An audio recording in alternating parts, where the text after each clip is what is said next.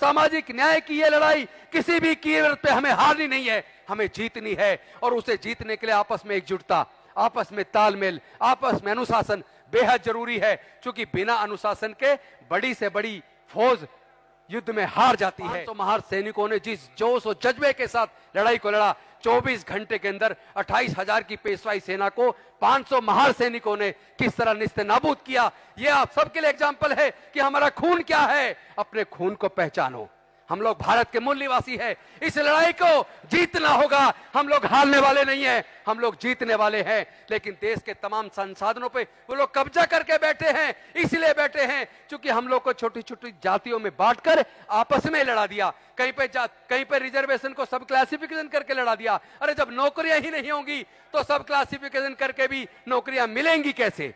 इस बात को समझने की जरूरत है कि हमें आपस में लड़वाने के लिए बांटा जा रहा है। हमें समझना होगा कि ये सामाजिक न्याय की लड़ाई हम हार जाएं, इसके लिए हमारे लोगों का धर्म की रक्षा के नाम पर इस्तेमाल किया जा रहा है। जो लोग जुलूस निकलते हैं, धार्मिक जुलूस निकलते हैं, जो लोग उसमें तलवारें लहराते हैं, नंगी तलवारें, वो नंगी तलवारें लहराने वाले लोग कौन हैं? आप अगर उसका डाटा देखोगे तो ज्यादातर अनुसूचित जाति, जनजाति, अति पिछड़े वर्ग के लोग हैं। यानी हमको इस्तेमाल किया जाता है दंगों के लिए। और जब दंगे हो जाते हैं तो कभी रिकॉर्ड चेक करना, दंगों में जेल कौन गए, दंगों में मारे कौन गए, और फिर कोर्ट में केस लड़ने के लिए बर्बाद कौन हुआ। तो आप डाटा उठा के देख लीजिए, पूरा डाटा हम लोगों ने निकलवाया है। दंगों को करने वाले, दंगों में मरने वाले, दंगों में जेल जाने वाले तमाम SC, ST, OBC और माइनॉरिटी के लोग हैं। और राज जो कर रहे हैं, जो लोग धर्म के नाम पे नफरत फैलाते हैं, जो हमें भड़काते हैं, वो लोग कभी दंगे में खुद शामिल नहीं होते, वो कभी तलवार नहीं लहराते। देश हमारा है, संविधान हमारा है, संविधान की रक्षा हमें और आपको करनी है, देश की रक्षा हमें और आपको करनी है। वो धर्म के नाम पर बरगलाएंगे, धर्म के नाम पे भड़काएंगे और कहेंगे धर्म की रक्षा का सवाल है, और धर्म की रक्षा के लिए आपको आगे करेंगे। लेकिन जब मंदिर के अंदर प्रवेश की बात आएगी तो हत्या हमारी होगी।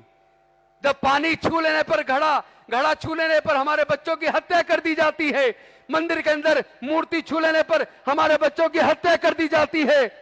और जब भोजन बनाने की बात आती है, मिड डे मील बनाने की बात आती है, तो कहते हैं हम दलित के हाथ का खाना नहीं खाएंगे, हम दलित के हाथ का खाना नहीं खाएंगे, अपवित्र हो जाएंगे। आपको याद होगा उत्तर प्रदेश के पूर्व मंत्री अखिलेश जी, जब वो मंत्री पद, मुख्यमंत्री का कार्यकाल खत्म हुआ और दूसरी सरकार आई, तो आपको पता होगा उनके बंगले को भी गौमूत्र और गंगा जल छिड़क कर पवित्र करने का काम किया। इसका मतलब अखिलेश यादव शूद्र है और शूद्रों से आप नफरत करते हैं।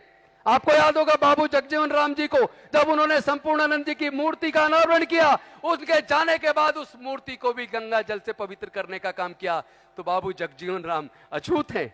आप अछूतों से नफरत करते हो, आप शूद्रों से नफरत करते हो, आप पिछड़ों से नफरत करते हो।